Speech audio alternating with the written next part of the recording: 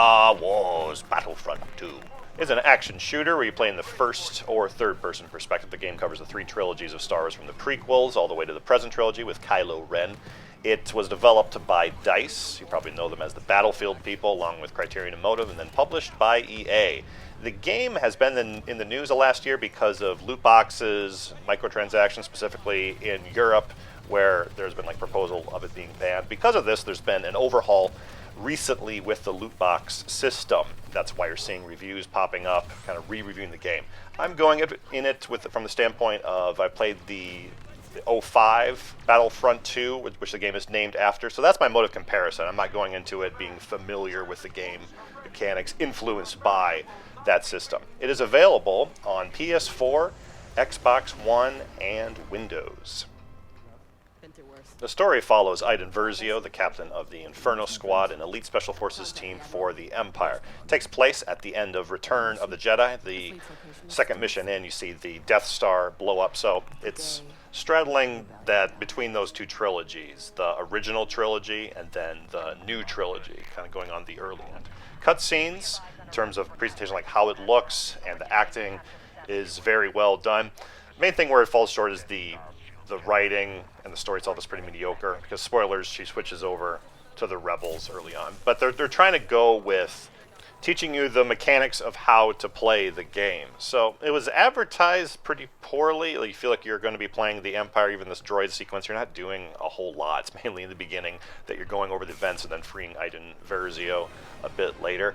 In terms of teaching you how to play the game that carries over into multiplayer, this is, done well, because it does play the same way. You have this card system now that you're able to swap out at different boxes, and then you have the secondary weapon, like a grenade launcher or a rocket launcher.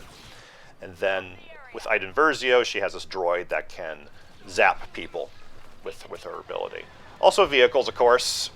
The flight sequences, they have their own objectives now. You're playing variations of what you will see for multiplayer here too. Everything has this 3 ability thing. You see the bottom right, I have my 3 abilities. It has a cooldown, and then you can modify these further with cards. One difference would be some land vehicles like the AT, it doesn't have it, but you'll rarely be playing that. You'll be able to play like a tank that also has those 3 abilities that also you can modify. Heroes, of course, make a return. This is where it waters down the story, because you're spending a big chunk of time playing heroes and then going back to Iden Versio, so you don't really care about either. But at least they're a bit fun to play as, and you get a variety here. Again, same thing. You see those 3 abilities, and then cards where you can then further modify your hero. First, looking at all the different gameplay modes, it's a bit confusing. The co-op in the middle means you're playing with other people against AI only. You're not doing a horde mode, and you can't play this split screen. Single player is where you're going to find split screen. Multiplayer at least is more self-explanatory. You have heroes and villains where you're playing heroes, and then assault is the main modes. Galactic Assault and Capital Supremacy, along with modes that are being rotated out. The single player split screen in this game is pretty limited. You have light side, where I'm playing here, and dark side, where you can take control of a hero and doing this reverse Slayer thing. And then you have the separate modes where you can customize which planet to play on, which type of mode, including the Starfighter assault type of a thing. But it's just the capture the territories. It's not like Galactic Assault where you're going through objectives. Fortunately, though, it does work very well, and it's very smooth, and it sounds exactly like the main multiplayer. It's just not going to be a selling point, and you don't want to buy the game if you're only playing the game this way. So the selling point is going to be the online multiplayer. The 2 main modes you're going to be playing are Galactic Assault, where you're going through objectives, and Capital Supremacy, where you're capturing territories and a tug-of-war type of thing, and going through objectives. With each map that you pick, though, you have your classes, like your officer that has turret, specialist, sniper rifle, and then as you get kills this time around, you collect points where you can purchase vehicles, specialized troops, and heroes. And this time around, there is more than 1 hero on the battlefield, although there is a population cap for the number of vehicles and number of heroes. That is really, though, about it. The game is much simpler than it looks. No matter if you're a class-based troop, you're in an air, land vehicle, or you're a hero, you have those 3 abilities here too. I have those 3 abilities in the bottom. As you play that character or vehicle, then you build up experience where you can unlock abilities that will modify these to make them stronger. So you get the short end of the stick early on because everyone's overpowered because they've upgraded. But fortunately, the track for this doesn't take too long. This also extends to the objectives that you're doing. You're pigeonholed into an area. There's a scripted sequence where you have to go from one spot to the other, and even the capture territories. There's the space out with them. Not too many are indoors, so there's less strategy. It's usually like a hallway that you're defending with a group. Like, there's differences between the class-based troops, but it devolves into a mess very quickly just because of the mechanics. You have the regenerating shield. The maps are closed off. You have more than one hero, which is a mess, and then the controls of them are different. All these gameplay aspects make it different. So something to be mindful of playing the game. It's not going to be like the original. You're not going to go into an enemy ship and board them with a group of people. There's only one person, even in a fighter. Almost there.